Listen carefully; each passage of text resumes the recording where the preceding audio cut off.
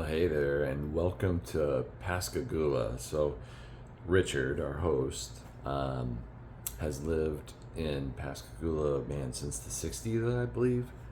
And so he's between his hotel that he owns and a restaurant, Scranton's, that he owns, and a catering business. He pretty much knows the town, and people know him as well.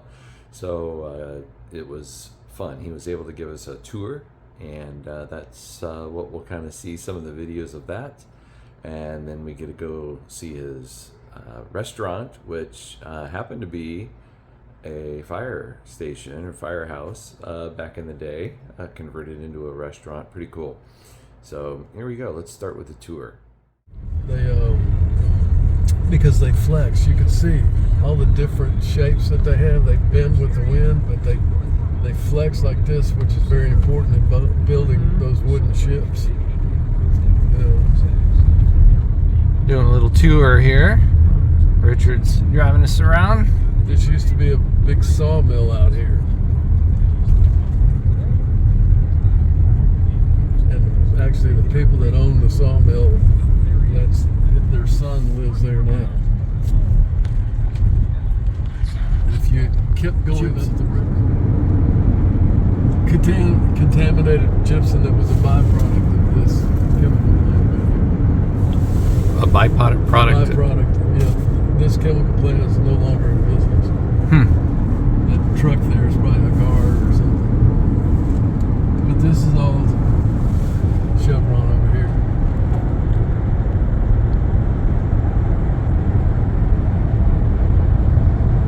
Over here, where they export the wood chips. They go in this, they load them into those big tanks and they blow them on the boat and everything.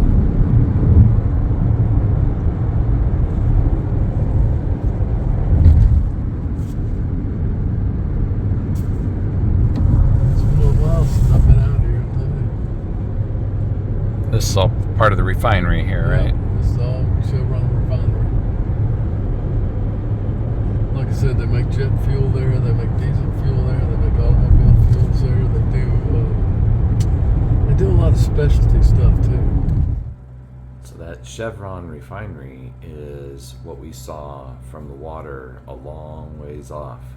It's pretty cool.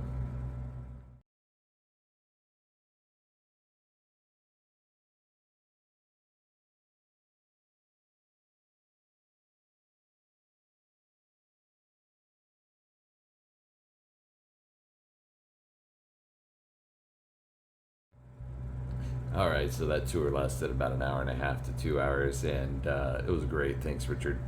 That night, Amy wasn't feeling the best, and so I went and grabbed something to eat and, well, did my thing with, editing videos. Thursday, July 16th, and it's a day off. Went and had a nice breakfast, and now we got to go do fuel. So, Richard, thank you, Richard, lent us his van. That was, what did he say? He took it out of retirement. But yep, we went and got fuel. Gonna go fill them up. We're thinking tomorrow's gonna be a big day. So we're gonna fill up our main tanks with these and then go get more. All right, got the errands done, and now we're getting a little tour of Scranton's restaurant. If we want to go up, we can, but there's no apartments. They're all occupied and everything like that. I can't let you see those, but it has the original, of course, high ceilings. Everything on the outside had to be original. Anything that you could see.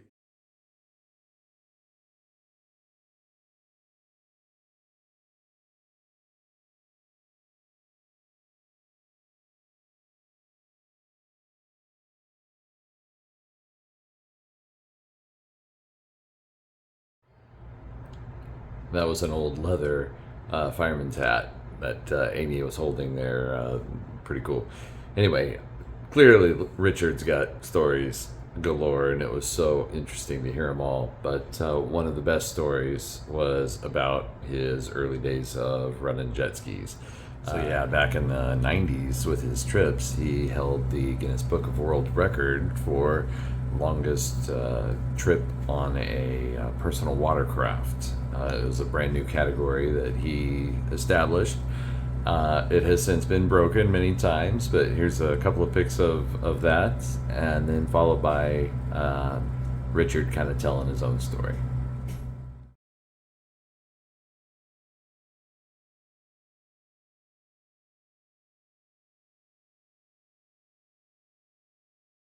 Okay, so the story of Richard is pretty cool. I didn't even know anything about Richard until March of this year, just half a year back, as we were trying to pull together all of the people that have done America's Great Loop, all on a jet ski, personal watercraft, all in 1 year. And so one of the people that had done it said, "Hey, I'm going to invite my buddy. You guys need to meet him." And so that is Richard.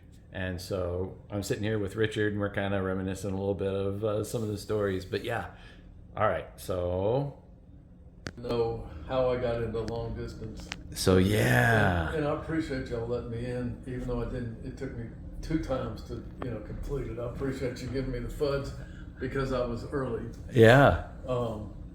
But what started me we never, it was always my boat. It was never about going out and doing circles and tricks and everything like that and being what I call hamster caging, where you just did the same thing. Always wanted to travel, went to the islands. Luckily we have these barrier islands here that, we spent a lot of time out there with other people, and I could come and go at my leisure on that. And then we started going over to Dolphin Island, and we started kind of reaching out. We went to Destin on them. And when I came back, I said, we could go to Key West on these things. Let's go to Key West. And so this is like early 90s? Yeah. Yeah. So these are not big machines like what Amy and I have. These are, you'd have to really know them to understand them.